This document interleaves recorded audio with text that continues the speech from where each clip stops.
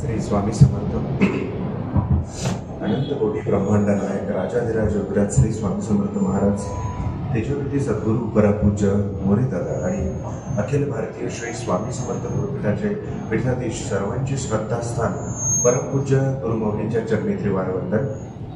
सन्माननीय व्यासपीठातील सर्वच सन्माननीय मान्यवर, त्यात प्रामुख्यानं आदरणीय श्री विशाल मकवाने साहेब, जे इन्कम टॅक्स कमिशनर या पोस्टवर नाशिक येथे आहे.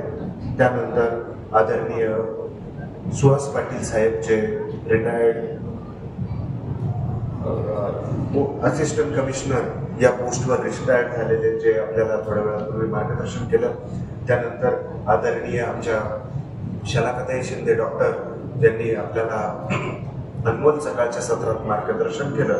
त्यानंतर फूड अँड ड्रगचे कमिशनर आदरणीय आमचे दयानंद पाटील साहेब, त्यानंतर कृषी अधिकारी पाटील साहेब, विकास पाटील साहेब, त्यानंतर आमचे महाजन साहेब, त्यानंतर आमचे सगळेच सोबत असणारे सर्वच सेवेकरी, जे नगर जिल्ह्याचे जिल्हा प्रतिनिधी, प्रशासन प्रतिनिधी आणि सर्वच कार्यरत आणि जबाबदार प्रतिनिधी जे मंचावर बसलेले आहेत ते, आणि समोर उपस्थित असणारे सर्वच विद्यार्थी, युवक, त्यानंतर शिक्षक आणि गुरुजन वर्गांसह सर्वच युवा सेवेकरी बंधू आणि भगिनींनो, आपण अतिशय उत्साहात आजचा युवा महोत्सव सकाळपासून साजरा करत आहोत. विविध महत्वाच्या विषयांवर चर्चासत्र आज सकाळपासून सुरू आहे. अनमोल असं मार्गदर्शन आपल्या सगळ्यांना सकाळपासून मिळालेलं आहे. विशेष म्हणजे आपलं करिअर, आपला उद्देश, एवढंच नव्हे तर जीवन कसं जगायचं यावर सुद्धा अनेक मान्यवरांनी आज प्रकाश टाकलेला आहे. युवा अवस्था ही फार महत्वाची अवस्था मानवाच्या जीवनातली असते, कारण या अवस्थेत जी ऊर्जा असते ती सर्वोच्च ऊर्जा असते आणि त्या सर्वोच्च ऊर्जेचं रूपांतर सकारात्मक शक्तीत करणं हे फार आवश्यक असतं. आणि सगळ्यात महत्वाचं म्हणजे कुठल्याही राष्ट्राच्या विकासासाठी त्या राष्ट्रातील युवकांची कामगिरी किंवा त्या राष्ट्रातील युवकांचं जे काही कार्य असेल यावर राष्ट्राचं भवितव्य अवलंबून ठरत असतं. भारत या देशाला नेहमीच युवकांचा देश म्हटलं जातं, कारण सर्वात जास्त युवकांची संख्या असलेला हा आपला भारत देश आहे. परंतु आव्हानही आजच्या भारतीय युवकांपुढे ही तितकीच आहे. यामध्ये दोन टप्पे आहेत युवा अवस्थेतल्या युवकांच्या आव्हानांमध्ये. ग्रामीण भागातील युवकांची आव्हानं आणि शहरी भागातील युवकांची आव्हानं, असे दोन टप्पे आपण यातनं समजून घेऊ शकतो. त्यात मला वाटतं थोडं जास्त आव्हान आमच्या ग्रामीण भागातील युवकांकडे जास्त असतं. सगळ्यात महत्वाचं म्हणजे मार्गदर्शनाचा अभाव. मोठं व्हायचंय, अधिकारी व्हायचंय, परंतु कुठल्या दिशेनं कशा पद्धतीत जावं असा बऱ्याच वेळेस संभ्रम निर्माण झालेला असतो.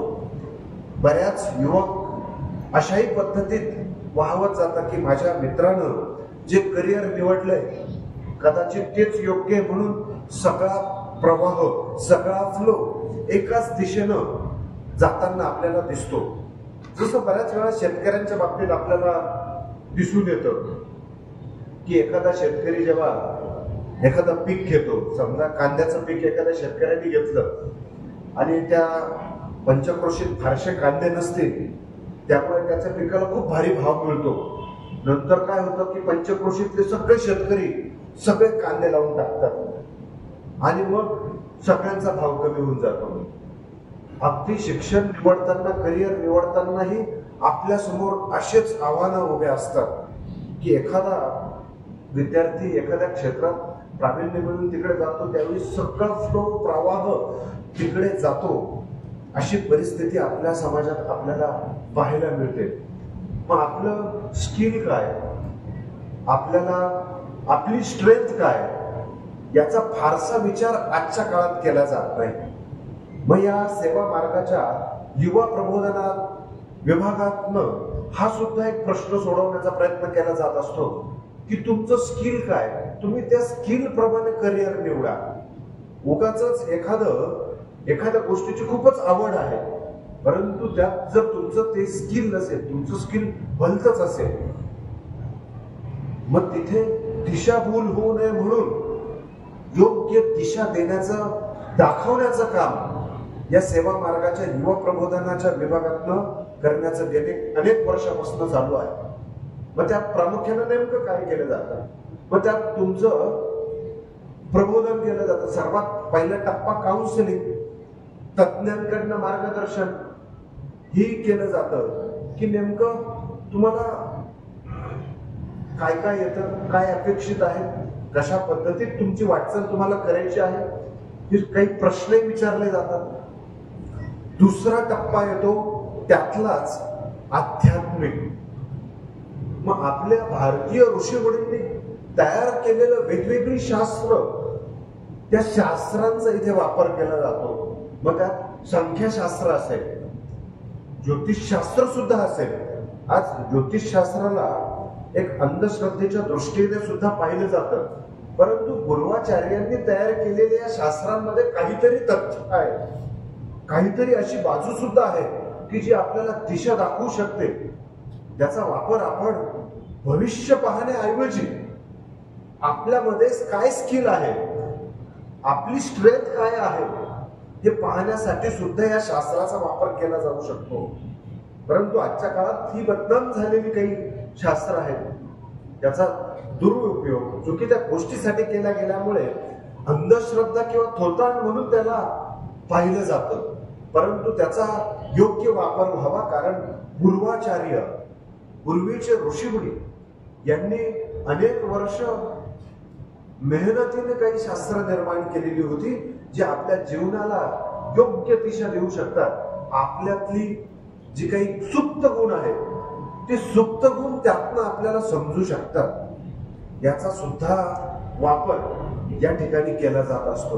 म्हणून ही जी काही वेगवेगळी शास्त्र आहेत, मग त्यात सामुद्रिक शास्त्र, हस्त सामुद्रिक शास्त्र, हातापायावरच्या खुणांवरनं सुद्धा एखाद्याचं व्यक्तिमत्व आपल्याला लक्षात येऊ शकतं. परमपूज्य गुरुमाऊली अनेकदा आपल्याला हितगुजमधनं हे शास्त्र सांगतात की कपाळावर पडणाऱ्या आठ्या, त्यावर सुद्धा एखादा व्यक्ती, त्याचं व्यक्तिमत्व कसं असेल हे आपल्याला ओळखता येऊ शकतं. किंवा तो एखाद्या कुठल्या फील्डमध्ये उत्तम कामगिरी करू शकतो. हातावरील असणाऱ्या फुल्यांवरनं, मंगळाच्या मैदानावरची क्रॉस फुली ही उत्तम इंजिनियर त्या व्यक्तीला घडवू शकते. तसंच हातावरील इतर फुटकळ खुणांवरनं सुद्धा आपल्याला आपल्या जीवनामध्ये जाण्याची वाट ही सगळी शास्त्र सुद्धा दाखवू शकतात. म्हणजे असा एक बॅलन्स या सेवा मार्गाच्या माध्यमातून नव्या पुढे पुढे मांडण्यात येतो, तो समजून सांगण्यात येतो. आणि त्यामुळे जी काही नंतर फरफट होते, आपलं एखाद्या क्षेत्रात स्किल नसेल आणि ते स्किल फक्त आवडीमुळे आपण घेतलेलं आहे, आपल्या मित्रांनी घेतलेलं आहे, आणि तिकडे जेव्हा आपण जातो नंतर तिथे फरफट होते, खूप काही केल्या यश मिळत नाही, फ्रस्ट्रेशन, अशा सर्व काही गोष्टी आपण जेव्हा अनुभवतो तेव्हा नक्कीच या शास्त्रांचा आपण आधार घेतला पाहिजे. मात्र त्यांच्या पूर्ण आहारी जाणं सुद्धा अयोग्य असतं, कारण ही शास्त्र बहुतांशी 70-80% ॲक्युरेट फक्त ती असू शकतात. संपूर्ण आहारी जाणं सुद्धा अयोग्य हे शास्त्रकारांनी सुद्धा सांगितलेलं आहे. हे सुद्धा आपण लक्षात घेतलं म्हणजे. म्हणून याकरता या सेवा मार्गाच्या या विविध उपक्रमांच्या माध्यमातून, तसं आपला श्री स्वामी समर्थ सेवा मार्ग इतका प्रगल्भ आहे, इतका मोठा आहे की यातला एक एक विभाग, त्याचा सुद्धा आपण अभ्यास करायचं ठरवलं, त्याची माहिती घ्यायची ठरवली, एक एक विभाग इतका मोठा आहे फक्त आपण सेवा मार्गातील 18 उपक्रमांपैकी युवा प्रबोधन या विभागाचं फक्त जेव्हा आपण माहिती घेतो तेव्हा आपल्या लक्षात येतं की यामध्ये किती महत्वाच्या गोष्टी अंतरंगात आहेत की आपण युवा अवस्थेत असणार आपण कशा पद्धतीत आपण जीवन जगलं पाहिजे. आहार विहार शास्त्र असेल, त्यात अनेक बाबी आहेत. व्यसनाधीनतेपासून दूर जाणे असेल, करिअर निवडणं असेल, अगदी अभ्यास कसा करायचा यापासून अगदी छोट्या मोठ्या गोष्टी या युवा प्रबोधनाच्या अंतर्गत युवा अवस्थेतील युवकांपर्यंत त्या मांडल्या जातात. तर आजच्या युवकांच्या समस्या समजून घेत असताना ग्रामीण भागातील युवकांच्या समस्या निश्चितच थोड्या मोठ्या प्रमाणात बऱ्याचदा शिक्षण करिअर निवडताना येणारे अडथळे, आर्थिक पाठबळ कमी असणं, बऱ्याचदा कुटुंबाची परिस्थिती जेमतेम असल्यामुळे अनेकदा शिक्षण तेवढ्यात संपून पुन्हा घरातल्या जबाबदाऱ्या उचलायला लागणं, अशा सुद्धा मर्यादा ग्रामीण भागातील युवकांपुढे येऊन ठेपतात. पण त्यावर आपण कशी मात दिली पाहिजे, योग्य ती दिशा निवडून योग्य त्या गोष्टींचं त्यांना समुपदेशन देऊन तिथे मार्गदर्शन या कार्यात्मक केलं जात आहे. समस्यांमध्ये पुढे जात असताना युवा अवस्था ऊर्जेचा खूप मोठा प्रवाह, त्यामुळे बऱ्याचदा दिशा भरकटण्याची शक्यता जास्त असते. ती दिशा भरकटू नये म्हणून याकरता पायबंद कसा घातला जातो. मग आजचे युवक व्यसन सुरुवातीला व्यसनाधीनतेकडे जाताना केवळ हौस मौज म्हणून व्यसनांकडे युवक वळताना आजच्या काळात दिसतात. त्याला कारण आजचं टीव्ही माध्यम सुद्धा आहे, चित्रपट हे सुद्धा फार मोठं या गोष्टीला जबाबदार आहे. त्यामुळे सहज त्या गोष्टी त्या ठिकाणी पाहायला मिळतात आणि आपल्यालाही ते अयोग्य वाटत नाही. त्यामुळे जे दिसतं त्याचं अनुकरण केलं जातं. सुरुवातीला हौस म्हणून, नंतर त्यात ती गुरफटली जातात. मग त्या व्यसनांमधनं बाहेर कसं पडायचं किंवा त्या व्यसनांचा स्पर्शच या युवा शक्तीला व्हायला नको याकरता काय काळजी घेतली जावी, याचा खऱ्या अर्थानं प्रबोधन या युवा मंचावरनं सेवा मार्गाच्या केलं जात असतं. त्याला सुरुवातीला या अवस्थेत विचारांची दिशा, अधिक वेगवेगळ्या पद्धतीचं वाचन, केवळ अभ्यासाचं वाचन मर्यादित राहून चालणार नाही. याकरता आपल्याला आपले आदर्श कोण हे ठरवणं गरजेचं आहे. आजच्या पिढीपुढे हा फार मोठा प्रश्न आहे, आदर्श कोणाला मानायचं. टीव्ही चित्रपट क्षेत्रातील हिरो हिरोईन हे कधीच आदर्श असू शकत नाही. ते डोळ्याला झगमगाट तो दिसतो, परंतु त्यामागचं दाहक सत्य हे फार कटू आहे, फार भयंकर आहे आणि फार चुकीच्या दिशेला ते नेणारं आहे. दिसताना ती चमक दिसते, परंतु अतिशय लयास घेऊन जाणार त्या गोष्टी असतात, ते लोक आदर्श असतात. मग आपल्या समोर निश्चितच आपल्या राष्ट्रात जन्म घेणारे सर्वच महापुरुष हे आजच्या युवकांचे नेहमीच आदर्श असायला हवे. त्यात छत्रपती शिवाजी महाराज असतील, छत्रपती संभाजी महाराज असतील, हे खऱ्या अर्थानं युवकांचे आदर्श असायला हवे. त्यानंतर सर्व थोर विचारवंत स्वामी विवेकानंदांनी संपूर्ण जगालाच आदर्श घालून दिलेला होता. त्यांनी केलेलं युवा अवस्थेतलं अफाट कार्य, हे कार्य का करू शकले? आध्यात्मिक विचारसरणीमुळे, अध्यात्माची जोड असल्यामुळे संपूर्ण जग त्यांच्या विचारानं प्रभावित झालेलं होतं. कुठल्याही त्या काळात साधनं उपस्थित नव्हती. आपण जर त्यांचा जीवनादर्शाचा जर आपण विचार केला तर मोबाईल नेटवर्क नव्हतं, सोशल मीडिया नव्हतं, कुठल्याही प्रकारची अशी साधनं नव्हती प्रचार प्रसाराची. विमानं सुद्धा नव्हती प्रवास करण्यासाठी. बोटीनं जहाजानं ते प्रवास करत दूर दूर संपूर्ण भारत देश पादाक्रांत नवे नवे जगभरातील अनेक देशांमध्ये ते फिरले. कुठली साधनं उपलब्ध होती आणि अगदी वयाच्या 39व्या वर्षापर्यंत ते काम करत होते. वयच काय 39 हे फार काही वय स्वामी विवेकानंदांचं ते नव्हतं आणि त्या वयाच्या टप्प्यापर्यंत त्यांचं कार्य खऱ्या अर्थाने ही आपली सर्व प्रेरणा स्त्रोत प्रेरणा स्थानं ही आपण समजून घेतली पाहिजे. आणि त्याचबरोबर संत मालिका महाराष्ट्राला एक फार मोठी ईश्वरानं देणगी दिली आहे ती म्हणजे संत मालिकेची. महाराष्ट्र इतकी संत कदाचित देशभरात कुठेही नसती एवढी ती संत मालिका, आदर्श संत मालिका, संत ज्ञानेश्वरांपासून संत तुकोबरायांपर्यंत असणारी ती संत मालिका. या संत मालिकेला आपण समजून घेणं गरजेचं आहे. या युवा अवस्थेत या युवा विचारांनी निश्चितच या प्रत्येक संतांकडनं आपल्याला काही ना काही जीवनादर्श निश्चित मिळू शकेल. नेहमीच ही सर्व थोर महात्म्य समाजासाठी राष्ट्रासाठी जगली.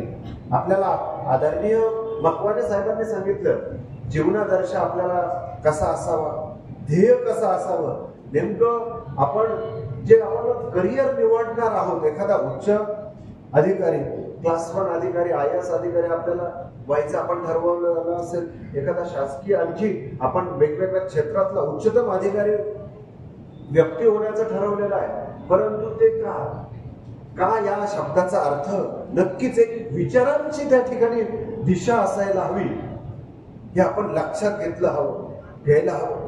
कारण आपल्या सेवा मार्गातनं नेहमीच एक फार महत्वाची गोष्ट समजून सांगितली जाते.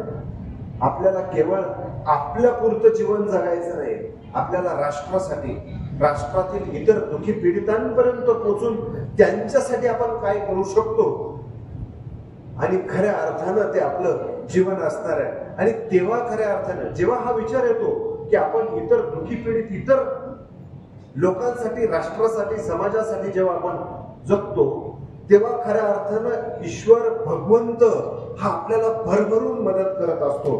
तोपर्यंत ईश्वर आपल्याला मदत करत नाही. वैयक्तिक मतलबी जीवन जगण्यापुरतं ईश्वर कधीच आपल्याला आशीर्वाद देत नसतो. मग त्या व्यक्तीला नेहमी आयुष्यात खूप स्ट्रगल करावा लागत असतो की कारण त्याला ईश्वरीय साथ नसते.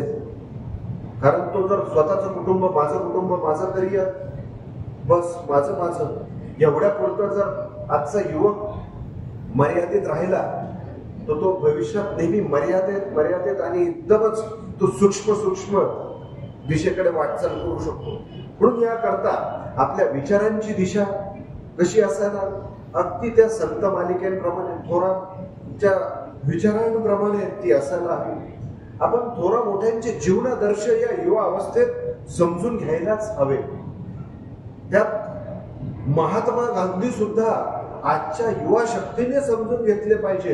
हे खरं एक आदर्श व्यक्तिमत्व. परंतु दुर्दैव आपलं इतकं भयंकर असं आहे की अशी अनेक थोर महात्मे आहेत की ज्यांच्या जीवनादर्श घेतला जात नाही. महात्मा गांधींबद्दल तर अनेक गैरसमज आणि संभ्रम आजही आपण समाजात ऐकत असतो. परंतु त्यांच्यासारखं आदर्श व्यक्तिमत्वच या देशात नाही किंवा सर्वोच्च आदर्श व्यक्तिमत्व आपण महात्मा गांधींचं जीवन समजू शकतो. अनेक त्यांच्या संदर्भात गैरसमज असले तरी म्हणून अनेकदा परमपूज्य गुरुमाऊली सुद्धा महात्मा गांधींचा ज्यावेळी विषय येतो त्यावेळी त्यांना साक्षात पांडुरंगाचा एक विशिष्ट अंशावतार त्यांना ते संबोधतात. का आपण नीट महात्मा गांधी आजही समजून घेतलेले नाही. महात्मा गांधींचं जर तुम्ही वाङ्मय लिटरेचर जर वाचलं त्यानंतर आपल्याला महात्मा गांधी खऱ्या अर्थानं समजू शकतात. हा फार मोठा अभ्यासाचा आणि एक स्वतंत्र विषय आहे. तुम्ही नक्कीच एकदा स्वर्गीय प्राचार्य डॉक्टर शिवाजीराव भोसले यांचं एक युट्यूबवर सुद्धा व्याख्यानमाला आहे. ती व्याख्यानमालेमध्ये तुम्ही महात्मा गांधी त्यांच्याकडनं तुम्ही समजून घ्या, निश्चितच ते त्यांच्या भाषणातनं महात्मा गांधींचे वेगवेगळे पैलू तुम्ही समजून घेऊ शकाल. आदर्श एक व्यक्तिमत्व जे संपूर्ण शाकाहारी आणि निर्व्यसनी आणि आध्यात्मिक असं एक आगळं वेगळं ते व्यक्तिमत्व. मी फक्त एक उदाहरण महात्मा गांधींचं दिलं. असे अनेक थोरा मोठ्यांचे जीवनादर्श, हे आदर्श आपण आपल्या समोर डोळ्यासमोर ते ठेवले पाहिजे. म्हणजेच युवकांच्या समस्या समजून घेत असताना आपले आयडॉल कोण आणि काय हे ठरवणं फार गरजेचं आहे. म्हणून थोरा मोठ्यांचा, तो संतांचा अभ्यास आपल्या जीवनामध्ये असणं हे फार गरजेचं आहे. आज आपल्या पुढे ही सगळी आव्हानं पेलवत असताना, या सगळ्या समस्या समजून घेत असताना आपल्याला अनेक खडतर आव्हानं आपल्या समोर आहेत.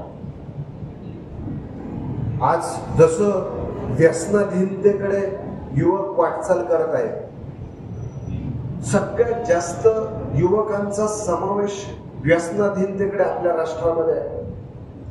महाराष्ट्रही कमी नाही. परंतु या परिस्थितीला सामोरं जात असताना त्या युवकांना प्रबोधन करायचं कसं, यासाठी युवकच जर मोठ्या संख्येत पुढे आले या कार्यातनं, तर निश्चितच हेच युवक मोठं क्रांतिकारी कार्य करू शकतात. म्हणून या राष्ट्राला प्रबोधन करण्यासाठी मोठ्या संख्येत युवकांची आवश्यकता आहे.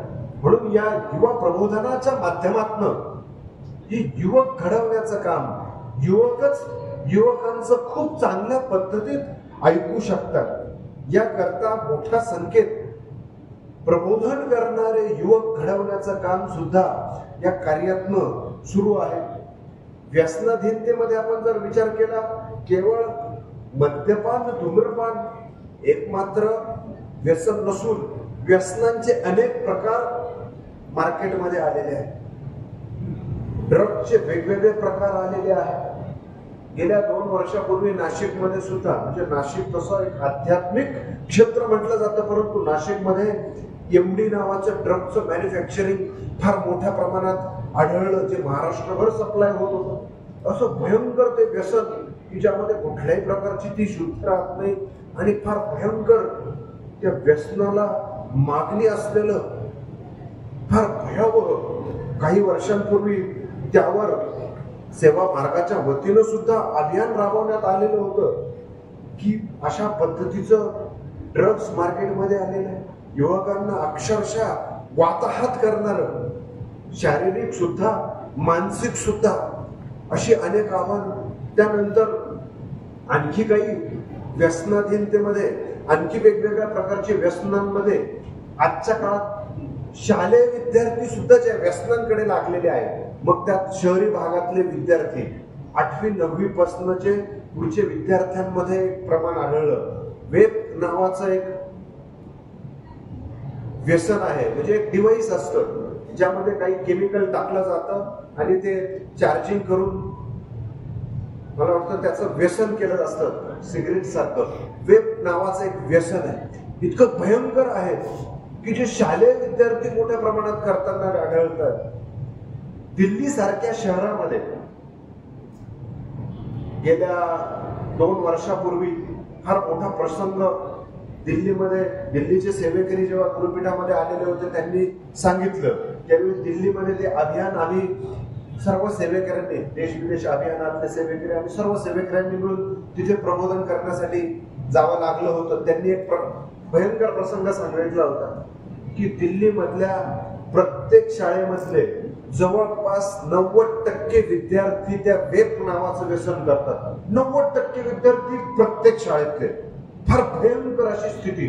त्यावेळी त्या दिल्लीच्या सेवेकरांनी सांगितलं की आम्ही आता आमच्या मुलांना कुठे शिकायला टाकावं. मग काहींनी सरळ सरळ आपल्या सेवेकरांनी परदेशामध्ये मुलं शिकायला पाठवली की नको, इथे इथली एकही शाळा सेफ नाही. अशी स्थिती महानगरांमध्ये आजकाल उद्भवत आहे. मोठमोठ्या शाळा असतील तरी त्या शाळांमध्ये ही भयंकर अशी व्यसनांचा विळखा तरुण अवस्थेपासून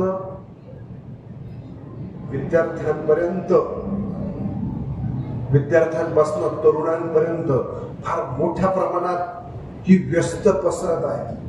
फार भयंकर स्थिती राष्ट्रपुढे आहे.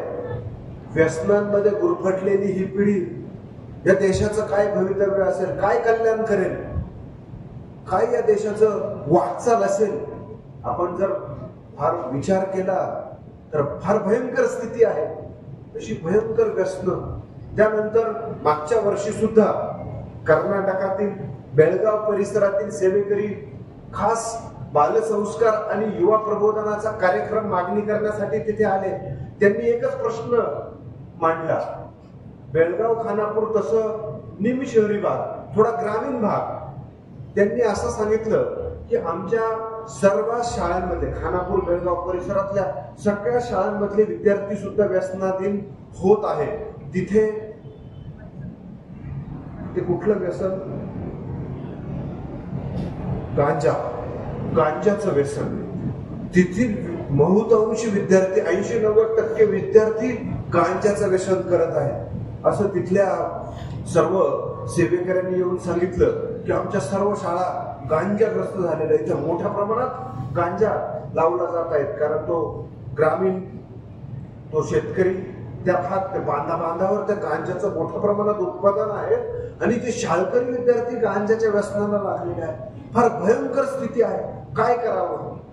तिथे सर्व प्रतिनिधींना घेऊन प्रबोधन करण्याचं कार्य सेवा मार्गाच्या वतीने, म्हणजे अशा परिस्थिती अशी अक्षरशः झालेली आहे की कार्य तरी कुठे कुठे करावं, कुठे कुठे मार्गदर्शन करावं. मार्गदर्शन करण्यासाठी सेवेकरी कमी पडत आहेत, युवक कमी पडत आहेत की कुठे कुठे जाऊन जसं आकाश अगदी फाटलेलं आहे, कुठे कुठे ते ठिगळं लावावी अशी स्थिती व्यसनांच्या बाबतीत आपल्या देशाची झालेली आहे. फार भयंकर स्थितीतनं आपला देश चाललेला आहे. आपण जागच झालं पाहिजे आणि हे जाग करण्याचं काम परमपूज्य गुरु माऊलींच्या मार्गदर्शनात होत आहे. अन्यथा ही व्यसनाधीन पिढी देशाचं काय सत्यानाश करून ठेवेल अंदाजच आपण लावू शकत नाही. आज आपली या परिसरातली, या शहराची स्थिती चांगली का आहे? या ठिकाणी मोठ्या प्रमाणात सेवा मार्गाचं कार्य वाढलेलं आहे. म्हणून आजचे इथे युवा आपल्याला, आदर्श युवा आपल्याला इथे पाहायला मिळत आहे. परंतु सर्वच ठिकाणी अशी स्थिती नाही. आकाशच फाटलेलं आहे. आकाशालाच ते ठिगळं लावायचं, सुईदोरा घेऊन काम करण्याची वेळ आलेली आहे. आणखी नव्या व्यसनांची भरत पडलेली आधुनिक काळातलं व्यसन ते म्हणजे सोशल मीडिया, मोबाईलचं व्यसन. हे तर फारच भयंकर आहे. या व्यसनाला अजूनही आपण तितकस नकारात्मक दर्जा आलेला नाही. जो दर्जा एखाद्या धूम्रपानाला असेल, मद्यपानाला जो दर्जा आहे, तसा दर्जा अजून मोबाईलच्या व्यसनाला आलेला नाही. सर्रास आपण सगळ्यांसमोर, आई वडिलांसमोरही तो भरपूर वेळ मोबाईल पाहणं, ते रील पाहणं फार मोठं धोक्याची घंट आहे. कारण अक्षरशः 7-8 तास फक्त असं रील पाहण्यात जातात मुलांचे, आजच्या युवकांचे. परंतु हे युवकांपुढेच प्रश्न नाही, लहानपासून मोठ्यांचा तो प्रश्न आहे. वयस्क लोक सुद्धा बऱ्याच वेळ ते पाहतात त्यांचाच वेळ जात नाही. इतका वेळ त्यांचा जातो की किती तास निघून गेले त्यांना कळत नाही. आणि नंतर लक्षात येतं आपण आम्ही कुठे आहोत, आपलं अरे काम किती राहिले, आणि नंतर मग वेळच नाही. हा शेरा सगळ्यांकडनं कॉमन तो मारला जातो. आपण अप्रत्यक्षपणे या व्यसनाच्या आहारी चाललेलो आहोत. इतकं भयंकर स्थिती आहे. यातनं कोणीही वाचण्याची सध्या तरी स्थिती नाही. कारण फारसं त्यावर, त्या मोबाईलच्या वापरावर फारसं कोणी निगेटिव्ह सुद्धा बोलत नाही. सगळ्यांना ती भयंकर अशी सवय लागलेली आहे. त्यातनं बाहेर कसं पडायचं? हे व्यसन धूम्रपान, मद्यपानापेक्षा भयंकर व्यसन ठरणार आहे. लक्षात घ्या, हे व्यसन इतकं भयंकर आहे, इतकी त्याची सवय लागलेली आहे. कारण आपल्या मेंदूवर त्याचा सरळ तो परिणाम होत असतो. बेचैन होऊन जातो. थोडा वेळ मोबाईल वाजायला असलं तर आपण आपली बेचैनी वाढते की कुठे काय मोबाईल कसं. ही स्थिती युवकांचीच नाही तर थोडा मोठ्यांपासून सगळ्यांची. थोडा वेळ आपला मोबाईल बंद असला तरी आपण तळमळ होते. म्हणजे अक्षरशः एखादं व्यसन केल्यानंतर, एखाद्या व्यक्तीला ड्रग्ज घेतल्यानंतर पुन्हा त्याची आठवण व्हावी, पण ती विशिष्ट वेळेत त्या व्यसनाची आठवण होते. इथं वारंवार आठवण होते, कुठे मोबाईल, कुठे डिस्चार्ज झालाय. मोबाईलची बॅटरी लो झाली तरी अनेकांची धडधड प्रचंड वाढते. ही स्थिती आजच्या मोबाईलच्या संदर्भातची आहे. हे आगामी भविष्य काळातली फार मोठी धोक्याची घंटा आहे. कारण त्याचे दुष्परिणाम असे आहेत. वेळेचा सगळ्यात मोठा अपव्यय हा त्यातला एक दुष्परिणाम. दुसरं, डोळ्याचे आणि मेंदूचे आजार.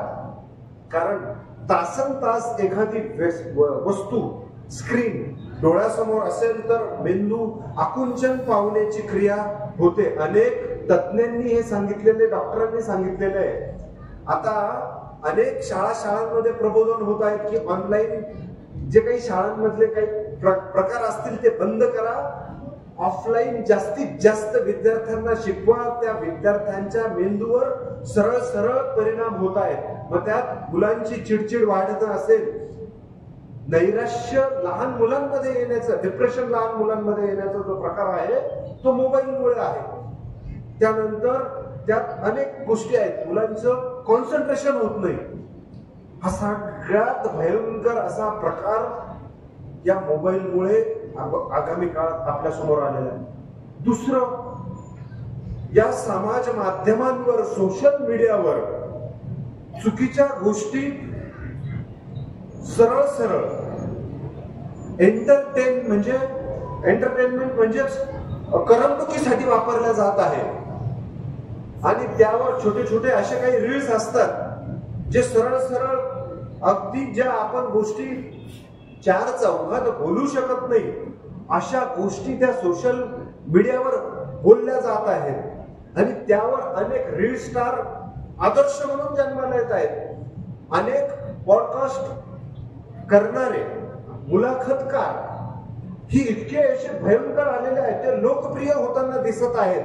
परंतु ते इंटरव्ह्यू घेताना किंवा बोलताना ज्या काही मानमर्यादा अजिबात ठेवत नाही, ज्या पद्धतीत त्यांची विचारसरणी इतकी भयंकर अशी दिसते की ती युवकांना अक्षरशः भयंकर अशा स्थितीत घेऊन जाणारी, दिशाभूल करणाऱ्या स्थितीकडे नेण्याचं काम आजचे ते पॉडकास्ट करणारे 99% लोक दिशाभूल करताना आपल्याला दिसत आहेत.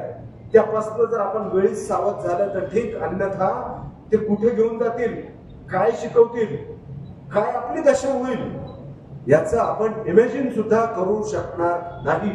फार भयंकर हे जे नवे थ्रेट आहे, नव्या काळाचे नवे आव्हान, नवे जे जसं प्राचीन काळामध्ये जे आव्हानं होते, जसं अगदी अनादी काळात त्रेतायुगात किंवा त्या आधीच्या युगात राक्षस दैत्य असायचे, ते समोरासमोर त्रास द्यायचे, देव लोक यायचे, तेव्हा देवी देवता अवतार घेऊन ते मारायचे. नंतरच्या पुढच्या युगांमध्ये देव स्वतः मारत नव्हते, ते मानवाला मार्गदर्शन करत होते आणि मानव ते कर्तृत्व दाखवत होता आणि ते थ्रेट्स, ते चुकीच्या लोकांचा ते नाश करत होते. परंतु आजच्या युगामध्ये हे जे काही थ्रेट्स आहेत हे इतके भयंकर आहेत. मोबाईल रूपी दैत्य जो मारताच येऊ शकत नाही आपल्याला, कारण त्याची गरज पण आहे.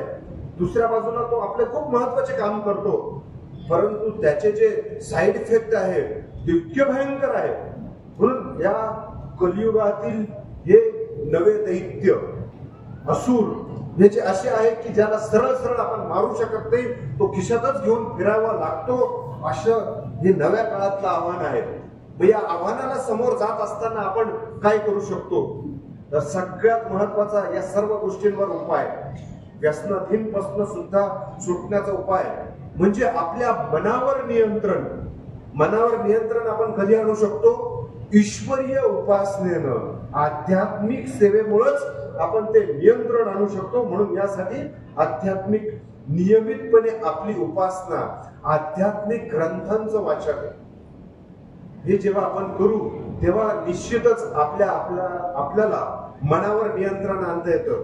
कुठल्याही गोष्टीच्या आहारी जाणं म्हणजे व्यसन, मग ते धूम्रपान मद्यपानाचं असेल किंवा मोबाईलचं असेल, त्यावर आपलं नियंत्रण असलं पाहिजे. आज असं होतंय की मोबाईलचं आपल्यावर नियंत्रण आहे, मोबाईल आपल्याला ऑपरेट करतो आहे, ही आजची परिस्थिती आहे.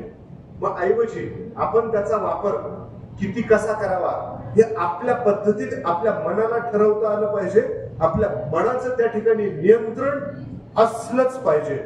मग ते कधी असेल तर आध्यात्मिक जेव्हा आपण उपासना करतो त्यावेळी. म्हणून परमपूज्य गुरुमाऊली नियमितपणे आपल्याला आध्यात्मिक उपासनांच्या संदर्भात मार्गदर्शन करत असतात. आपली प्रतिदिन दैनंदिन जर आपली नित्यसेवा व्यवस्थित असेल तर निश्चितच आपल्याला मनावर नियंत्रण आणता येतं. आणि या कलियुगाचं रहस्यच ते आहे, जोपर्यंत तुमच्या मनावर जोपर्यंत तुमचं नियंत्रण नाही तोपर्यंत तुमची दिशा व्यवस्थित राहू शकणार नाही. म्हणून मनाला त्या संयमाचे लगाम असायला हवे.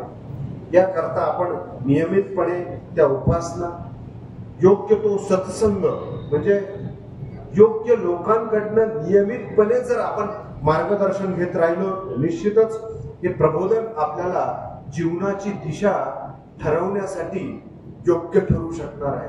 म्हणून यासाठी या कार्यातनं या युवा प्रबोधनाच्या माध्यमातून आपल्याला या सर्व गोष्टी लक्षात घ्यायला हव्या. त्यानंतर पालकांशी संवाद हा युवा अवस्थेतला हा एक प्रश्न आपण लक्षात घेतला पाहिजे. अनेक युवक युवा अवस्थेत आपल्या पालकांशी संवाद आपला कमी साधला जातो. त्यासाठी आपण युवकांनी सुद्धा एका गोष्टीकडे फार प्रामुख्यानं लक्ष दिलं गेलं पाहिजे. आपल्याला ज्या ज्या काही गोष्टी वाटतात त्या आपण आई वडिलांसमोर, आपल्या घरातील इतर सदस्यांसमोर त्या मांडणं गरजेचं आहे. योग्य तो संवाद साधत राहणं हे फार गरजेचं आहे. कारण आज जसं आपल्याला अनेक तज्ञांनी आजच्या मार्गदर्शनामध्ये सांगितलं की आपल्या पुढे आव्हानांमध्ये आपला संयम कमी होत चाललेला आहे, की आपण अगदी छोट्याशा अपयशानं लवकर आजचे मुलं खचून जातात. अगदी छोट्या छोट्या गोष्टींमुळे आजचे युवक खचताना दिसतात, चुकीच्या वाटेला जाताना दिसतात, आत्महत्या करताना आजचे तरुण सगळ्यात जास्त मोठ्या प्रमाणात आपल्याला दिसत आहेत की थोडं अपयश आलं आणि त्यांनी आत्महत्या केली.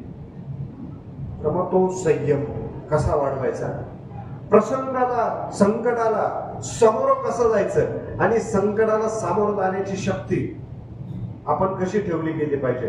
कारण हे सर्व अध्यात्म, हे थोर संत विचारवंत आपल्याला एक निश्चितच प्रेरणा देत असतात. आणि हे सगळे थोर विचारवंत संत कधीच सहज त्यांच्या जीवनात यशस्वी ठरताना दिसले नाही.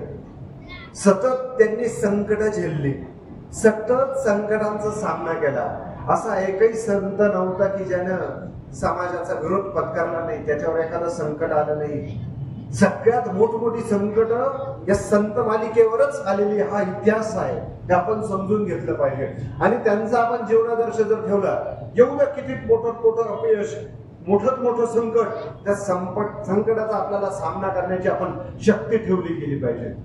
छत्रपती शिवरायांनी सुद्धा फार मोठं आव्हान होतं. देशभरात गुलामगिरीचं वातावरण होतं, मुघली सत्तेचा अंमल होता, आदिलशाह, निजामशाह, तिकडनं मुघल, आणि त्यांच्यामध्ये राहून हे हिंदवी स्वराज्य स्थापन करणं ही काही साधी गोष्ट नव्हती. अनेक संकट त्यांनी झेलले, कुठेच डगमगले नाही. येऊ त्या संकटात अपयश सुद्धा आलं, परंतु त्याचा ते मुकाबला करत राहिले. आणि लढवय्या वृत्ती ही आपण नक्कीच छत्रपती शिवाजी महाराज आणि छत्रपती संभाजी महाराजांकडनं ती लढवय्या वृत्ती आजच्या युवकांनी ती घेतली पाहिजे. एवढ्या ते संकट, या संकटाचा मुकाबला करण्याची ताकद, धमक आपण या सर्व युवकांनी घेतली पाहिजे. आपल्या मातीतनं ती आपल्याला शिकवण ती मिळालेली असते, हे आपण लक्षात घेतलं पाहिजे. कारण जीवन संपवणं, आत्महत्या करणं सगळ्यात सोपं. आणि हे एखाद्या शूरवीर ही गोष्ट कधीच करू शकत नाही. लढवय्या शूरवीर नेहमी संकटाला समोर राहून जीवन जगून दाखवणं हे खरं चॅलेंज आहे. आणि तो खरा शूरवीर आहे हे आपण लक्षात घेतलं पाहिजे. आपल्याला शूरवीर व्हायचंय म्हणजे कुठल्याही संकटाला खचून न जाता त्याचा मुकाबला करणं, खऱ्या अर्थानं आपण लढवय्य राहिलं पाहिजे, लढत राहिलं पाहिजे. हे आपण शिकलं पाहिजे या थोड्या मोठ्यांकडनं. म्हणून आत्महत्या हे एखाद्या संकुचित बुद्धी किंवा एखादा व्यक्ती ज्यात शक्ती नाही तोच ते करू शकतो. परंतु आपण जर आपल्याला एक शूर पराक्रमी समजून घेत असू, आपण या थोर राष्ट्रपुरुषांचा आदर्श घेत असू, तर आपण जीवन जगून दाखवणं ही खरी आपण शक्ती आपण आपली सर्वांची दाखवली गेली पाहिजे. त्याचबरोबर आता आपल्याला थोड्या वेळापूर्वी अनेक तज्ञांनी अनेक गोष्टी आपल्यासमोर मांडल्या.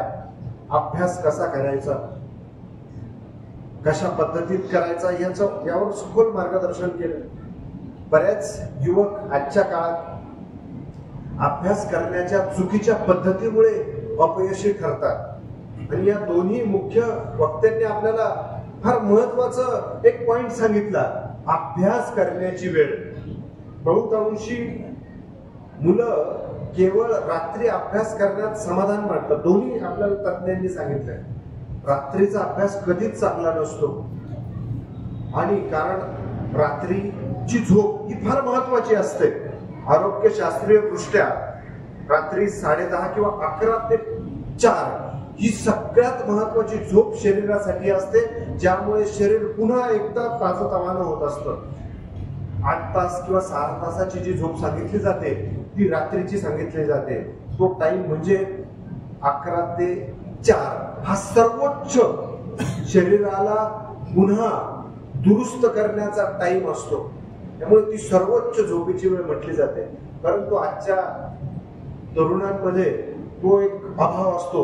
रात्री 2-2, 3-3 वाजेपर्यंत जागरण करणं, 3-3 काय 4-4 वाजेपर्यंत सुद्धा जागरण करणारी पिढी आम्ही शहरी भागांमध्ये पाहतो. 4 किंवा 5 वाजता सुद्धा ते जागरण करतात, 5 वाजता ते किंवा 4ला ते झोपी जातात. अशी स्थिती आजच्या युवकांची असते. त्यामुळे काय, आजच्या युवकांचं आरोग्य इतकं भयंकर स्थितीला जाऊन पोहोचलेलं आहे.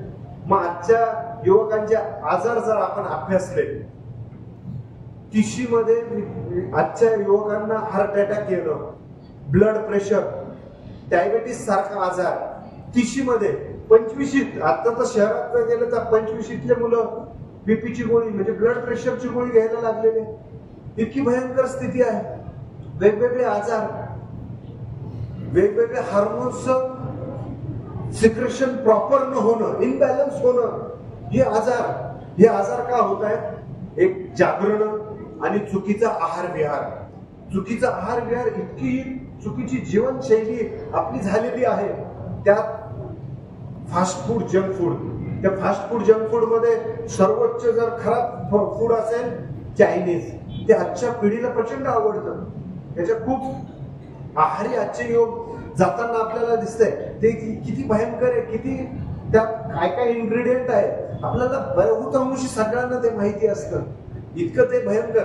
बऱ्याचदा युवा अवस्थेत आपल्याला जाणवत नाही. ती ऊर्जा असते, शरीर धडधाकट असतं, परंतु त्याचे नंतर दुष्परिणाम आपल्याला पाहायला मिळतात. हे जंक फूड, फास्ट फूड. नंतर पाश्चिमात्य फूड मध्ये पास्ता, बर्गर, पिझ्झा, हे फार भयंकर असं भयंकर. आजच्या काळातलं सगळ्यात खराब फूड जर असेल तर हे आहे. हे आपण लक्षात घ्या. त्याचा इन्ग्रेडियंटचा अभ्यास करा, त्यात काय काय असतं आणि काय काय वापरलं जातं. आणि आजचे युवक त्या आहारी जाऊन शरीराची माती करून घेत आहे. म्हणून कुठल्याही प्रकारे असं भयंकर फूडच्या आहारी जाऊ नये.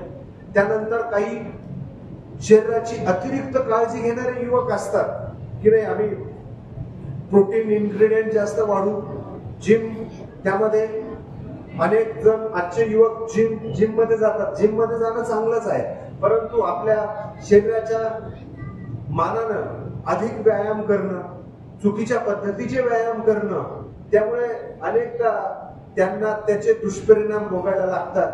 मग ते जिमचा जो कोच असतो किंवा तिथले संचालक असतात, मग ते सांगतात की प्रोटीन घ्या. मग ते फूड मधनं प्रोटीन कमी मिळतं त्यांचं म्हणणं असतं. मग ते प्रोटीनच्या बाटल्या अशा बॅग मिळतात, बॅरल मिळतात आणि ते प्रोटीन शेक ते घेतात आणि त्याचे इतके भयंकर दुष्परिणाम आहेत, इतके भयंकर आहे की एक्सटर्नल प्रोटीन घेणारे जे आहेत त्यांच्या शरीरावर त्याचा इतका भयंकर परिणाम होतो. बॉडी मधलं युरिक ऍसिडचं प्रचंड प्रमाण वाढणं, हातपायांना हाडं ठिसूळ होणं, इतके त्याचे भयंकर दुष्परिणाम आपल्याला पाहायला मिळतात. इतकी ती भयंकर स्थिती आहे. अयोग्य मार्गदर्शन. अगदी भारतीय परंपरेचा जर विचार केला तर आपण त्या आहारशास्त्र, आपला भारतीय आहार सर्वोत्तम आहार. आपल्याला आहारशास्त्रात भारतीय तत्वज्ञानानं शिकवलेलं, आयुर्वेद शास्त्रानं शिकवलेले की आहार कसा असायला हवा, दिनचर्या कशी असायला हवी, व्यायाम कसा करायला हवा. व योगशास्त्र केवळ सूर्यनमस्काराने सुद्धा आपली बॉडी इतकी चांगली फिट राहू शकते की आपल्याला अतिरिक्त वेगळं काही करण्याची सुद्धा आवश्यकता नाही. हे आपण समजून घेतलं पाहिजे. केवळ सूर्यनमस्कारानं आपली फिटनेस अतिशय उत्तम राहू शकतो. वेगळा विशिष्ट पद्धतीचाच खूप हेवी व्यायाम करायलाच हवा, हे आपण कन्सेप्ट लक्षात घेतली पाहिजे. आजच्या काळात असं आहे की कमी वेळात बॉडी पिळदार स्नायू करणं, पिळदार बॉडी करणं, सिक्स ॲप वगैरे त्याच्या मागे युवक लागतात. त्याची फार आवश्यकताच नसते शरीराला. आणि सिक्स पॅक असणं किंवा खूपच पिळदार शरीर असणं म्हणजे खूप निरोगी, हा सुद्धा आजच्या काळातला गैरसमज आहे. लक्षात घ्या. अनेक तज्ञांचं मत आहे म्हणजे खूप पिळदार शरीर आहे, खूप तिची बॉडी डौलदार आहे म्हणजे तो खूप फिट आहे, अजिबात नाही. लक्षात घ्या. निरोगी शरीर म्हणजे आहारानं आणि त्या व्यक्तीला कुठलाही आजार न होणं, खऱ्या अर्थानं तो निरोगी आणि त्याचं मन संतुलित त्या व्यायामामुळे तो खरा निरोगी, हे आपण लक्षात घेतलं पाहिजे. पिळदार शरीर म्हणजेच निरोगी, ही चुकीची संकल्पना आजच्या काळात रूढ होत आहे. आपल्याकडे आज आमचे आंतरराष्ट्रीय स्तरावरचे बॉडी बिल्डर नारायण भाऊ पाडेकर यांनी मला वाटतं 10 वर्षापूर्वी बॉडी बिल्डिंग स्पर्धेत जागतिक स्तरावर त्यांनी सिल्वर मेडल मिळवलं होतं अमेरिकेमध्ये. म्हणजे मिस्टर इंडिया आणि मिस्टर वर्ल्ड या कॉम्बिनेशन मध्ये सुद्धा त्यांनी सहभाग घेतला होता. ते सुद्धा युवकांना मार्गदर्शन करताना सांगतात बॉडी बिल्डिंग साठी नेमकं काय करावं लागतं. शाकाहार आणि रोजचं वरण भात भाजी पोळीने सुद्धा चांगली बॉडी घडू शकते, हे ते समजून सांगतात. फक्त सॅलड आणि अगदी सकस व्यवस्थित आहार जरी आपला बॅलन्स असला तरी आपल्याला बॉडीला आवश्यक असणारे घटक आणि आपली बॉडी अतिशय चांगली निरोगी, धडताकट चांगली मेंटेन राहू शकते, अगदी रोजच्या साध्या जेवणामुळे सुद्धा. त्यामुळे आजच्या काळातला तो फार चुकीचा गैरसमज आहे युवकांच्या संदर्भात. आपण तो निश्चितच लक्षात घेतला पाहिजे. म्हणून आजच्या काळात अनेक गोष्टींचं सोशल मीडियावर प्रमोशन करण्यात येतं. प्रोटीन इंटेक वाढवा, ज्यामुळे तुमचं सौंदर्य वाढेल, तुमचं बॉडी चांगली दिसेल, केसांच्या आरोग्यासाठी प्रोटीन, असं खूप गैरसमज पसरवला जातो. परंतु एक्सटर्नल प्रोटीनची आवश्यकता नाही, कुठलाही मांसाहार करण्याची आवश्यकता नाही. रोजच्या वरण भातामध्येच इतके प्रोटीन असतात की जे शरीराला पुरेसे असतात. वेगळं विशेष खाण्याची गरज नसते. फक्त एवढाच एक नियम पाळला पाहिजे. बाहेरचं junk food, fast food, pizza, burger, pasta असेल, चायनीज असेल, हे जर टाळलं तर निश्चितच आपण खूप चांगलं आपलं शरीर मेंटेन करू शकतो. म्हणून यासाठी अनेक राष्ट्रपुरुषांनी यावर प्रबोधन केलेलं आहे. स्वामी विवेकानंदांनी सुद्धा प्रबोधन केलेलं आहे की आजच्या युवकांनी शरीर यष्टी चांगली कमावली केली पाहिजे, त्यांनी योग साधना केली पाहिजे. कारण ही खऱ्या अर्थानं राष्ट्राची शक्ती आहे, राष्ट्राची ती प्रेरणा आहे. आणि युवक जर सशक्त असतील, धडधाकट असतील तर अशक्यही शक्य कार्य आजच्या काळात योग साध्य करू शकतील. म्हणून ही राष्ट्राची शक्ती संघटित आणि शक्तीसह निरोगी अशी राष्ट्राची शक्ती जपली गेली पाहिजे, असं सर्व आपले थोर विचारवंत स्वामी विवेकानंदांनी सुद्धा वेळोवेळी या प्रबोधनात युवकांना आव्हान केलेलं आहे. हे आपण लक्षात घेतलं पाहिजे. म्हणून आपल्याला आपलं आरोग्य या युवा अवस्थेत व्यवस्थित ठेवलं गेलं पाहिजे.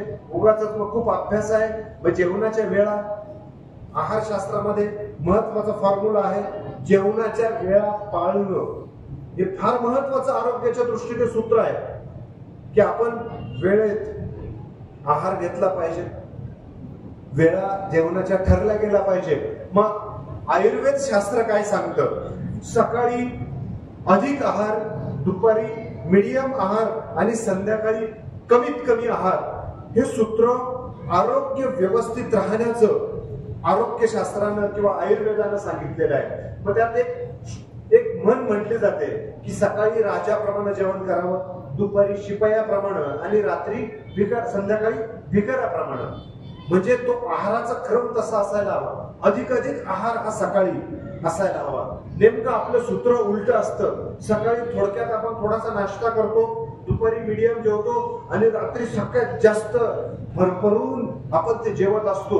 त्यामुळे आपल्या भारत देशामध्ये जे आजारांचं प्रमाण वाढलेलं आहे या चुकीच्या आहार शैलीमुळे. आपण आजही पाहतो परदेशामधले जे काही निरोगी राष्ट्र आहेत, त्यात जर्मनी असेल किंवा ब्रिटिश असेल, ब्रिटिश लोकांची आजही सवय आहे. गुरुमौली अनेकदा ब्रिटिश लोकांचं, त्या चर्चिलचं उदाहरण देतात. 100-110 वर्षापर्यंत लोकांचं आयुष्य त्या ठिकाणी, त्या अनेक गावागावांमध्ये 100-110 वर्षाचे लोक तिथे आजही आहेत. आपण मागच्या वर्षी पाहिलं की ब्रिटनची महाराणी 99-98व्या वर्षी पर्यंत ती जिवंत होती, कार्यरत होती. तेवढं तिचं आयुष्य. आजच्या काळात आपण आपलं 100 पर्यंत स्कोर कुणीही करू शकणार नाही अशी आपली जीवनशैली आहे. 100 पर्यंत कुणीही टच होणार नाही, इतकी चुकीची जीवनशैली आहे. मग या चांगल्या जीवनशैलीसाठी करावं काय लागतं? हे लोक सकाळी चांगला जास्तीत जास्त सकस आहार घेतात, जर्मन ब्रिटिश लोक सुद्धा. आणि ही भारतीय प्राचीन आयुर्वेदीय परंपरा होती. सकाळी जास्तीत जास्त 9 वाजेपर्यंत जे जेवण करतात, सकाळी 9 वाजेपर्यंत जे सकाळी जेवण घेतलं जातं, त्या जेवणाचं कुठलंही फॅट बनत नाही, अतिरिक्त चरबी बनत नाही. मग तुम्हाला चरबीयुक्त, बरेच जण वजन वाढतं म्हणून चरबीयुक्त आहार कमी करतात, परंतु सकाळी 9 वाजेच्या आत जर तुम्ही चरबीयुक्त आहार जरी खाल्ला तरी त्याची चरबी बनत नाही. दुपारी मीडियम आहार आणि शक्यतो संध्याकाळ 7 वाजेच्या आत जर आपण संध्याकाळचं जेवण जर घेतलं तर आपण खूप चांगल्या पद्धतीत निरोगी राहू शकतो. आणि त्यानंतर जर आपण 4 किंवा 4 तासानं जर आपण झोप घेतली तर ती झोप ही उत्कृष्ट झोप मानली जाते. म्हणजे हे खरं निरोगी आरोग्याचं, दीर्घायुष्याचं हे खरं सूत्र आहे. आपण एक जपानीज व्यक्तीने सुद्धा इकिगाई नावाचा एक ग्रंथ लिहिला आहे, त्यात दीर्घायुष्याचं रहस्य लिहिलेलं आहे. आपण त्याचा सुद्धा अभ्यास करू शकतात की संध्याकाळ नंतर कमीत कमी आहार घेणं.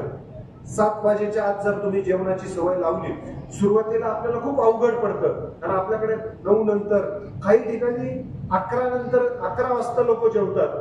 आणि मोठ्या शहरांमध्ये, मी मागच्या वर्षी पुण्यामध्ये पाहिलं होतं, रात्री 1 वाजता तिथे लोक हॉटेलमध्ये जेवण करतात. रात्री 1 वाजता.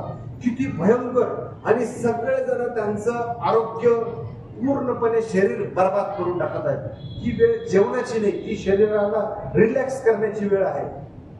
कारण जेवण करत असताना सर्व यंत्र, म्हणजे बॉडीमध्ये असणारी सगळी यंत्र कार्यरत असतात, पचनक्रिया सुरू असते, म्हणजे सगळे प्रक्रिया ही सुरू असते. आणि मग रात्री पचनक्रिया करायची की शरीराला आराम करायचा. मग त्या ठिकाणी मग अनेक अनारोग्याच्या समस्या त्या ठिकाणी निर्माण होत्या. म्हणून हे आरोग्याचं सहज सोपं सूत्र जर तुम्हाला भविष्यात दीर्घायुष्य राहायचं असेल, कुठलाही आजार होऊ द्यायचा नसेल, सहज सोपं जेवणाच्या वेळा पाळणं आणि योग्य सोपा सहज सात्विक आहार घेणं हे जर आपण आयुष्यभर केलं, निश्चित तुम्ही 100 वर्षापर्यंत तुमचं जीवन जगू शकाल. त्याला जोड आध्यात्मिक उपासनेची असली तर. कारण आध्यात्मिक उपासनांमुळे तुम्हाला मनावर नियंत्रण आणि संयम हे तुम्हाला अध्यात्म शिकवत असतं. म्हणून या युवा अवस्थेतच या गोष्टी समजून घेणं गरजेचं आहे. नाहीतर काय होतं, आमचे वयस्कर लोक यांना आत्ता निर्बंध डॉक्टरांनी लावलेले आहे की हे खाऊ नका, साखर खाऊ नका, ते खाऊ नका. आमच्या कडू पाटलांना मागे हृदयविकाराचा सुद्धा त्रास झाला, मग त्यांनाही निर्बंध आलेले, हे खाऊ नका, ते खाऊ नका. तशी आपल्यावर वेळ येऊ द्यायची नसेल तर आपण या तरुण वयात योग्य आहाराच्या वेळा योग्य पाळणं, सकस आहार हे आपण करणं गरजेचं आहे. कारण आमच्या कडू पाटलांनी पूर्वी फार धावपळ केलेली आहे, जेवणाच्या वेळाच ते पाळत नव्हते, म्हणून त्यांच्या बाबतीत ते घडलं. सकस आहार घेत होते, पण योग्य वेळी तो घेणं हे तितकंच महत्वाचं आहे, हे लक्षात घ्या. म्हणजे उगाच असं व्हायला नको की ते काहीही चुकीचं खात होते असाही अर्थ लागायला नको. म्हणून सकस आहार असावा, परंतु तो योग्य वेळी असावा हे सुद्धा आपण लक्षात घेणं गरजेचं आहे. त्याला योगासनांची जोड, सूर्यनमस्काराची जोड जर असेल तर निश्चितच आपण दीर्घायू ठरू शकतो. आणि दीर्घायू आणि निरोगी राहणं हे आपण जे काही ध्येय आपल्या जीवनामध्ये मोठं होण्याचं जे काही ध्येय ठेवलेलं आहे, त्या ध्येयाच्या पूर्ती करण्यासाठी निरोगी आरोग्य, निरोगी शरीर हे तितकंच महत्वाचं आहे. आरोग्याची, शरीराची साथ असेल तरच ते ध्येय आपल्याला मिळवता येणार आहे, हे लक्षात घ्या. म्हणून यासाठी या युवा प्रबोधनाच्या माध्यमातून युवकांना बजावून सांगण्यात येत आहे की तुम्ही आरोग्याची काळजी घ्या. त्यानंतर आपल्याला या युवकांचं आरोग्य, युवकांचं करिअर, काउन्सिलिंग, त्यानंतर या युवकांमध्ये सामाजिक भान निर्माण करण्याचं कार्य या कार्यातून करण्यात येत आहे की तुम्ही तुमचं करिअर त्याकडे लक्ष देत आहे, परंतु तुमचं करिअर सांभाळत असताना, पाहत असताना वेळोवेळी तुम्ही समाजासाठी, राष्ट्रासाठी तुम्ही काय योगदान देऊ शकता. यासाठी युवकांना वेगवेगळ्या प्रकारचं प्रशिक्षण आपल्या या सेवा मार्गाच्या माध्यमातून गेल्या 7-8 वर्षापासून एक अभियान राबवण्यात येत आहे. जिल्हानिहाय पथकं तयार करण्यात येत आहेत डिझास्टर मॅनेजमेंटची, म्हणजे आपत्ती व्यवस्थापनाची काही आपण टीम तयार करत आहोत प्रत्येक जिल्हानिहाय. कारण जेव्हा जेव्हा आपल्या गावावर, आपल्या परिसरावर आपत्ती येते त्यावेळी सर्वात प्रथम पुढे कोण येतं तर त्या गावातले युवा हे सर्वात प्रथम पुढे येतात. त्यांच्यात नैसर्गिक ती प्रेरणा असते की कुठेही काही झालं की ती सर्वात प्रथम मदत करण्यासाठी युवा पुढे येत असतात. परंतु बऱ्याच वेळा पंचायत अशी होते, त्यांना प्रशिक्षण नसतं. समजा पूर परिस्थिती आहे, मग जर त्यांना पोहायला येत नसेल, बुडणारा माणूस वाचवायचा कसा, त्यांच्याकडे हिंमत आहे, धैर्य आहे, परंतु त्याचं स्किल नसेल तर मग यासाठी या सेवा मार्गाच्या आपत्ती व्यवस्थापनाच्या माध्यमातून त्यासाठी प्रशिक्षण देण्यात येत असतं. दरवर्षी आपलं ते प्रशिक्षण असतं. मागच्या वर्षी आपण नृसिंहवाडीला प्रशिक्षण आपत्ती व्यवस्थापनाचं दिलं होतं की पूर आल्यानंतर आपण लोकांना त्यातनं बाहेर काढायचं, त्यानंतर त्या ठिकाणी आपत्तीग्रस्त भागात मदत कशी करायची, या सर्व गोष्टी. त्यानंतर सर्पदंश असेल, सर्पांचा त्रास असेल, मग त्यापासून काळजी कशी घ्यायची, त्या ठिकाणी आपण कसं वाचवायचं, आग लागलेली असेल त्या ठिकाणामधनं लोकांना बाहेर कसं काढायचं, तिथं आग विझवण्यासाठी नेमकी मदत कशी केली गेली पाहिजे, ती विझवायची पद्धत काय आहे, आग नेमकी कशाला लागलेली आहे, शॉर्ट सर्किटची आग आहे की एखादं द्रव्य आहे ते पेटलेलं आहे, म्हणजे रॉकेल, डिझेल, ऑइल ते पेटलेलं आहे का, मग त्याची आग कशी विझवायची, याच्या कॅटेगरीसह युवकांना प्रशिक्षण देण्यात येतं. त्यानंतर आणखी वेगवेगळ्या नैसर्गिक आपत्ती असतील, भूकंप सदृश्य परिस्थिती असेल, दुष्काळग्रस्त परिस्थिती असेल, या प्रत्येक परिस्थितीमध्ये युवकांनी त्या आपत्तीसाठी नेमकं काय काय करायचं याचं एक विशिष्ट प्रशिक्षण दिलं जात आहे. म्हणून यासाठी आपत्ती व्यवस्थापनाचे धडे हे युवकांना, कारण काय माहिती नाही कधी आपल्याला त्या गोष्टीची मदत किंवा त्या गोष्टीची गरज पडू शकेल, कुठे काय होईल, कारण या आपत्ती काही सांगून येत नाही, भूकंप काही सांगून येत नाही, आग काही अशी आपल्या समोर लगेच असे पूर्व सूचना किंवा पूर्व कल्पना त्याची नसते, अचानक या गोष्टी घडत असतात. अचानक झालेल्या गोष्टींच्या ठिकाणी आपण कसं धावून गेलं पाहिजे, कशी मदत केली पाहिजे, यासाठी आपत्ती व्यवस्थापनाचं प्रशिक्षण सगळ्याच जिल्ह्यातील प्रत्येक युवकांपर्यंत पोहोचवण्याचं ध्येय या युवा प्रबोधन विभागाच्या माध्यमातून मांडण्यात आलेलं आहे. हा फार महत्वाचा विभाग आहे. त्यानंतर आमच्या भगिनींसाठी सुद्धा एक प्रशिक्षण आजच्या काळानुसार देण्यात येत आहे. थोड्या वेळापूर्वी आमच्या भगिनींनी नाटिकेमधलं सांगितलं की स्वसंरक्षणाचे धडे हा एक फार महत्वाचा विषय आपण अनेक दिवसांपासून देत आहोत. याचं प्रशिक्षण अनेक जिल्ह्यांना देऊन झालेलं आहे.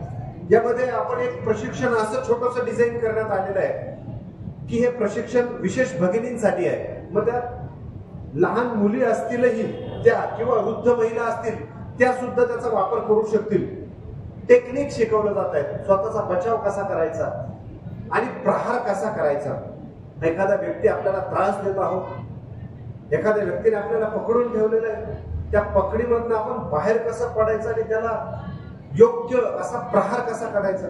त्यानंतर एक आपण पांढरीची काठी आहे, जी काठीचं महत्व आध्यात्मिक आपल्याला सगळ्यांना माहिती आहे. नैसर्गिक ती काठी आपल्याला कशा पद्धतीत काम करते, परंतु ती काठी अशा पद्धतीत सुद्धा डिझाईन करण्यात आलेली आहे की जी तुम्ही तुमच्या पर्समध्ये सोबत जर कायम ठेवली आणि तुमच्यावर असा काही प्रसंग आला तर त्या प्रसंगामध्ये त्या काठीचा असा प्रहार जर तुम्ही केला तर समोरच्या व्यक्तीचे कमीत कमी 3 हाडं तुम्ही सहज मोडू शकतात. तुमच्याकडे ती काठी नसेल तरीही हातावर अशा ठिकाणी प्रहार केला जातो की हात कंप्लीट 3 ठिकाणी मोडू शकतो. असं सुद्धा प्रशिक्षण तुम्हाला देण्यात येतं की अशा मर्मस्थानी मनुष्याच्या शरीराचे असे काही मर्मस्थानं असतात. अशा मर्मस्थानांवर जर प्रहार केला तर समोरचा व्यक्ती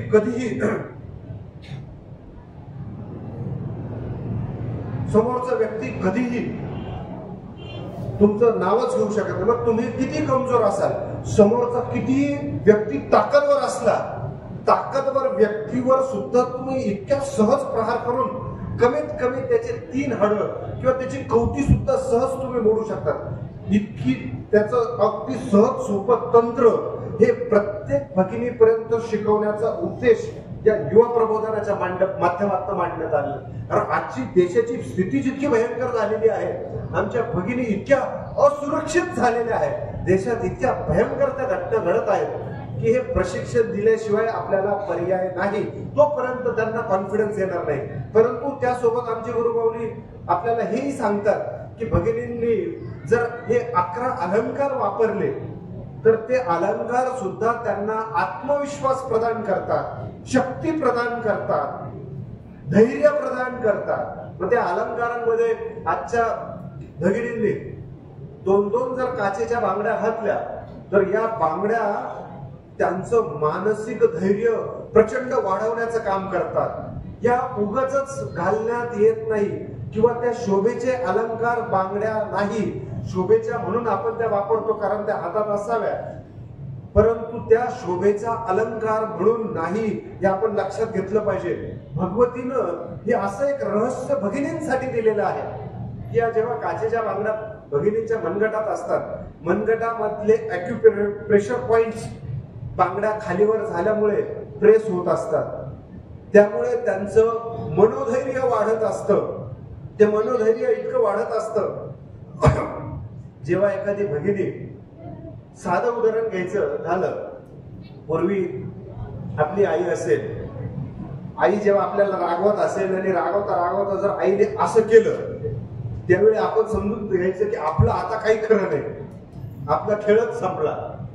लगेच त्या गोष्टीमुळे आपल्या लक्षात यायचं, कारण हे एक भगवती तिच्या अंतरंगात संचरण्याचं ते प्रतीक पूर्वीच्या काळापासून ते मानलं गेलेलं आहे. एवढी त्या कांकणांमध्ये ती शक्ती असते. म्हणून आजच्या युवतींनी, बऱ्याचदा आजच्या युवती या काकणांचा वापर करत नाही, परंतु त्यांनी तो करून पाहावा आणि चेक करावं. त्यांचं मानसिक मनोधैर्य, कॉन्फिडन्स, सेल्फ कॉन्फिडन्स इतका भयंकर पुश त्या बांगड्यांमुळे होत असतो. हे फार मोठं सोपं रहस्य आहे, हे आपण समजून घेतलं पाहिजे. म्हणून भगिनींना हा आत्मविश्वास प्रदान करणाऱ्या बांगड्या आहे आणि या मागे फार मोठं वैज्ञानिक रहस्य आहे. हे वैज्ञानिक रहस्य त्यांनी ते लक्षात घेतलं पाहिजे. म्हणून पूर्वी सुद्धा अनेकदा एखादा व्यक्ती त्यांनी एखाद्या गोष्टीत धैर्य दाखवलं नाही, डेअरिंग दाखवली नाही, तर मग त्या पुरुषाला सुद्धा सांगायचे की तू बांगड्या घाल आता. ही म्हण उगाचच नव्हती, कारण या बांगड्या धैर्य देण्याचं काम करत होत्या, त्या धैर्याच्या प्रतीक होत्या. म्हणून ती संज्ञा वापरली जात असे हे आपण लक्षात घेतलं पाहिजे. म्हणून आपले पूर्वाचार्य उगाचच या गोष्टी आपल्याला सांगत नव्हते, ते सगळे शास्त्रशुद्ध गोष्टी आपल्यापर्यंत ते पोहोचवत नव्हते. ते आपण व्यवस्थित त्या समजून घेतल्या नव्हत्या, म्हणून पुढच्या पिढीने त्या फॉलो केल्या गेल्या नाही. हे आपलं दुर्दैव. त्यावर शैक्षणिक अभ्यासातनं कुठलंही मार्गदर्शन केलं जात नाही, हे आपलं दुर्दैव. म्हणून या गोष्टी दूर गेल्या आणि मागे पडत गेल्या. सार्वजनिक उत्सव ही सुद्धा आजच्या युवकांची जबाबदारी आहे. याला वेळ पण खूप होतोय, दोनच विषय कंप्लीट करून आपण विषयाला विराम देऊ, कारण सकाळपासून तुम्ही बसलेले. सार्वजनिक उत्सव युवकांची जबाबदारी आहे. हे लक्षात घेताना आजच्या काळात सार्वजनिक उत्सवांचं विद्रुपीकरण झालेलं आहे. मग ते गणेशोत्सव असो किंवा अन्य उत्सव असो, हे उत्सव जर आपण साजरे करत असताना त्याला योग्य दिशा देणं, ते उत्सव योग्य पद्धतीने साजरे करणं. गणेश उत्सवांमध्ये किती मद्यपान केलं जातं, त्या मिरवणुकीमध्ये ते डीजे लावले जातात आणि काय प्रकारची ती मिरवणूक काढली जाते आणि कशा पद्धतीत त्या गणपतीचं ती मिरवणूक काढून विसर्जन केलं जातं. काय ते गणपती म्हणत असतील त्यांनाच ठाऊक. जी समोर असणारे मुलं, नाचणारे मुलं काय पद्धतीत, काय लेवलला आहे त्यांची ती पात्रता आहे. विचार करण्यासारख्या गोष्टी आहेत. युवकांनी या सर्व गोष्टी लक्षात घेतल्या पाहिजे की आजचे उत्सव कशा पद्धतीत ते साजरे गेले पाहिजे. तसा तो सार्वजनिक उत्सव आहे. आध्यात्मिक उत्सव असताना त्या ठिकाणी चालणारे धुडगुस, त्या ठिकाणी चालणारे ते सर्व डीजे आणि ते त्या ठिकाणी केलं जाणारं मद्यपान भयंकर गोष्ट आहे.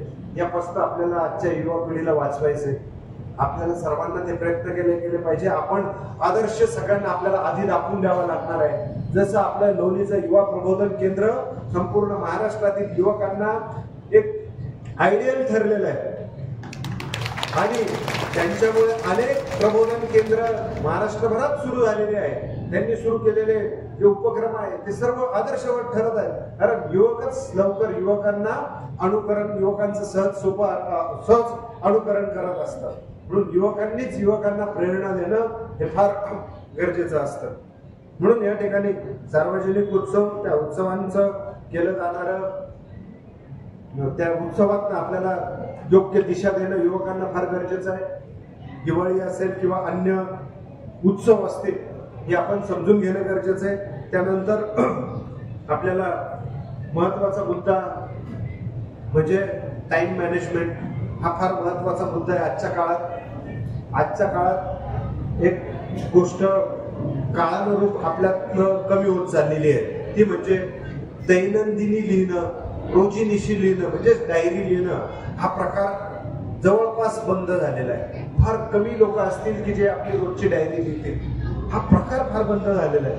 हे करणं फार गरजेचं आहे. जेवढे मोठे लोक झालेले आहेत त्यांनी वेळोवेळी डायरीतनं मार्गदर्शन पुढच्या पिढीला केलेलं आहे. त्यांची दिनचर्या कशी चालायची, म्हणून आपल्याला अनेक वेळा प्रश्न आपल्या पुढे मांडला जात असतो की तुम्ही या गोष्टीला वेळ द्या, त्या गोष्टीला वेळ द्या, अभ्यास करा. परंतु बहुतांशी आपण सांगतो आमच्याकडे वेळ नाही. वेळ नाही हे फार चुकीचं उत्तर आहे. आपली वेळेचं मॅनेजमेंट चुकतंय हा त्या मागचा प्रश्न आहे. म्हणून टाइम मॅनेजमेंट, वेळेचं मॅनेजमेंट हा प्रश्न समजून घेत असताना त्याला एक सिंपल फॉर्म्युला आहे. आपला टाइम कुठे लीक होतो हे आपण अभ्यासलं पाहिजे. मग आपण काय करायचं, एक कागद घ्यायचा, त्या कागदावर आपण सकाळी उठल्यापासून झोपेपर्यंत काय काय केलं हे प्रामाणिकपणे लिहून काढायचं. आणि त्या प्रत्येक गोष्टीला आपण किती वेळ दिला, ब्रश करायला किती वेळ दिला, आंघोळ करायला किती वेळ दिला, त्यानंतर आपण इतर वेळ आपला कुठे वाया गेला, किती वेळ मोबाईल पाहिला, किती वेळ अभ्यास केला, प्रवासात किती वेळ गेला, असं जर आपण दिवसभरात लिहून काढलं तर आपल्याला टाइम लिकेज लगेच लक्षात येईल की आपला इथे वेळ वाया गेला, आपला कुठे वेळ वाया गेला. हा खूप सोपा फॉर्म्युला टाइम लिकेज काढण्याचा आहे. आणि त्यातनं आपल्याला असं लक्षात येईल की आपला जवळपास 70-80% वेळ लिकच होतोय, व्यर्थ वाया जातोय. हे सरळ आपल्याला लक्षात येईल बऱ्याच वेळा. म्हणून तो कागद कुणाला न दाखवता आपण आपलाच अभ्यास करणं त्यावर गरजेचं आहे. आणि तो जर केला निश्चितच आपल्याला खूप सोपं जाणार आहे वेळेची बचत करणं आणि त्या वेळेचा योग्य वापर करणं. म्हणून यासाठी आपण टाइम मॅनेजमेंटचा फॉर्म्युला की दिवसभराचा घटनाक्रम टाइम सह लिहून काढणे आणि त्या वेळेचा योग्य वापर करणे, जिथं लीक होतोय तो वेळ सदुपयोगासाठी करणं. त्यानंतर रोजची दैनंदिनी लिहिणं म्हणजे डायरी लिहिणं ही सवय आपण लावून घ्यावी. त्यानंतर शेवटी जाता आपल्याला एकच आव्हान करेल की आपण सर्व करत असताना, या सर्व गोष्टी करत असताना काळापुढे आणखी काही आव्हानं आहेत. आपल्याला संत, थोर, विचारवंत यांची प्रेरणा घेत असताना त्यांच्यावर आधारित ग्रंथांचं वाचन करणं नियमित अभ्यासाच्या सोबत हे फार महत्वाचं आहे. कारण जवळपास वाचन संस्कृती लोप पावत चाललेली आहे. आपण अभ्यासाची पुस्तकं वाचत असाल, अवांतर वाचनाचं काय, इतर ग्रंथांचं काय, इतर ज्ञानाचं काय, हा फार महत्वाचा आपल्या पुढे प्रश्न आहे. म्हणून यासाठी अवांतर वाचन करणं, ती सवय पुन्हा लावून घेणं हे आपण सर्व सेवेकरांनी आपल्या दिनचर्येमध्ये ऍड करणं अपेक्षित आहे. म्हणून आपल्या अभ्यास मालिकेत किंवा अभ्यासिकेत इथे युवा प्रबोधन केंद्रामध्ये गेल्या काही महिन्यांपासून एक सवय लावलेली आहे वाचनाची. काही विद्यार्थी एकत्रित येऊन सेवा मार्गाच्या ग्रंथांचं वाचन करतात. त्यात तेजोनिधी ग्रंथ असेल, ज्ञानदान ग्रंथ असेल, त्याचं रोज अर्धा तास वाचन करणं आणि इतर मुलं ते ऐकतात. प्रत्येकाचं रोटेशनने 15-15 मिनिटाचं वाचनाचं तो एक क्रम ठेवला जातो किंवा काही ठिकाणी 15-15 मिनिटं रोटेशन मध्ये ते ग्रंथ वाचतात आणि बाकीचे ऐकतात. ही फार महत्वाची सवय आहे. ती सवय आजच्या काळात लावून घेणं फार गरजेचं आहे. कारण या मोबाईल टीव्हीमुळे वाचनच लोप होत चाललेलं आहे. ते जर वाचवायचं असेल आणि आपल्याला एक चांगली विचारसरणी आपल्या जिवंत ती ठेवायची असेल तर आपल्याला नियमित वाचन वाढवावं लागणार आहे आणि हे फार गरजेचं आहे. म्हणून आजच्या या युवा प्रबोधनाचा समारोप करत असताना आपण संकल्प करूया, वाचन संस्कृती जोपासूया, अधिकाधिक नवीन ग्रंथ वाचूया आणि संत, थोर, महात्म्यांचे विचार आपण आपल्या जीवनात प्रत्यक्षपणे ते आणूया, असा आपण एक आगळावेगळा निश्चितच संकल्प करूया. आणि अधिकाधिक युवकांना आपण प्रेरणा स्रोत बनून, प्रेरणा स्थान बनून आदर्श व्यक्तिमत्व आपण घडूया आणि आदर्श राष्ट्राच्या वाटचालीसाठी आपण योग्य ते योगदान देऊया. तर मी इथेच थांबतो. सर्व सेवा स्वामी महाराज आणि परमपूज्य गुरुमाऊलींच्या चरणी समर्पित. श्री स्वामी समर्थ.